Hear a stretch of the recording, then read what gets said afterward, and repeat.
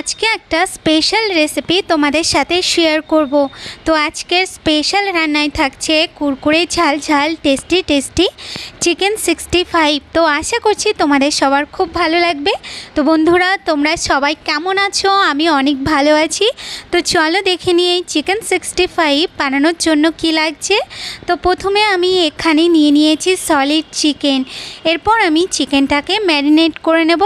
চিকেনটাকে ম্যারিনেট করে নেওয়ার জন্য প্রথমে আমি এখানে নিয়ে নিচ্ছি 3 চামচের মতন টক দই, আর দইটাকে আমি ফেটিয়ে নিয়েছিলাম। এরপর আমি ওর মধ্যে 1 চামচের মতো আদা রসুনের পেস্ট, 1 চামচের মতো গোলমরিচের গুঁড়ো, আর এখানে আমি 1.5 চামচের মতো লঙ্কার গুঁড়ো দিয়ে দিয়েছি। এখানে আমি দিয়ে দিচ্ছি 2 চামচের মতন চালের গুঁড়ো, দিচ্ছি 1 চামচের মতন একটু ময়দা, আর দিচ্ছি 1 চামচের মতন কর্নফ্লোর।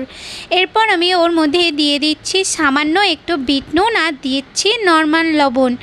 এরপর আমি সব কিছুকে ভালো করে এই চিকেনটার সাথে একটু মিশিয়ে নেব। চিকেনটার সাথে মেশানো হয়ে গেলে এরপর ওর মধ্যে একটা ডিম ফাটিয়ে দিয়ে তারপর আবার ভালো করে একটু ম্যারিনেট করে নিতে হবে। এরপর আমি ওর মধ্যে দিয়ে দিচ্ছি সামান্য ফুড কালার। এটা কিন্তু অপশনাল, তোমরা দিতেও পারো নাও দিতে পারো। তো এখানে চিকেনটা ম্যারিনেট হয়ে গেছে। এরপর চিকেনটাকে আধ ঘন্টার জন্য রেস্টে রেখে দেব। এরপর আমি আধ ঘন্টা পর আমি এখানে গ্যাসের উপরে তেল বসিয়ে দিয়েছি। তেলটা গরম হলে এরপর আমি চিকেনগুলোকে এইভাবে দিয়ে দেব। আর এখানে কিন্তু গ্যাসটাকে আমি মিডিয়াম করে রাখবো। তো যতক্ষণ চিকেনটা দিচ্ছি ততক্ষণ তোমরা আমার চ্যানেলে নতুন হলে তাহলে আমার চ্যানেলকে অবশ্যই সাবস্ক্রাইব করে দিও। আর আমার রেসিপি ভালো লাগলে অবশ্যই লাইক, কমেন্ট আর শেয়ার করতে ভুলো না। তো এখানে 2-3 মিনিট পর আমি চিকেনটাকে একটু উল্টে দেব। উল্টে দিয়ে চিকেনের অপর সাইডটাও একটু ভালো মতন করে ভেজে নিতে হবে।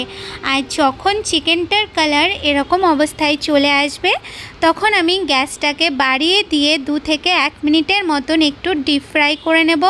তো এই যে এখানে আমার চিকেনটা হয়ে গেছে। এরপর আমি চিকেনটাকে তেলের থেকে তুলে নেব। আর এইভাবেই আমি আর যে চিকেনটা রয়েছে সেই চিকেনটাকে আমি একইভাবে ভেজে তুলে নেব। এখানে আমি আর দেখাচ্ছি না। চিকেনটা তোলা হয়ে গেলে এরপরে আমি অন্য একটা প্যানের মধ্যে আমি যে চিকেন ভাজার তেলটা রয়েছে তার থেকে সামান্য একটু তেল দিয়ে দেব। আর ওর মধ্যে আমি দিয়ে দেব একটু রসুন কুচি।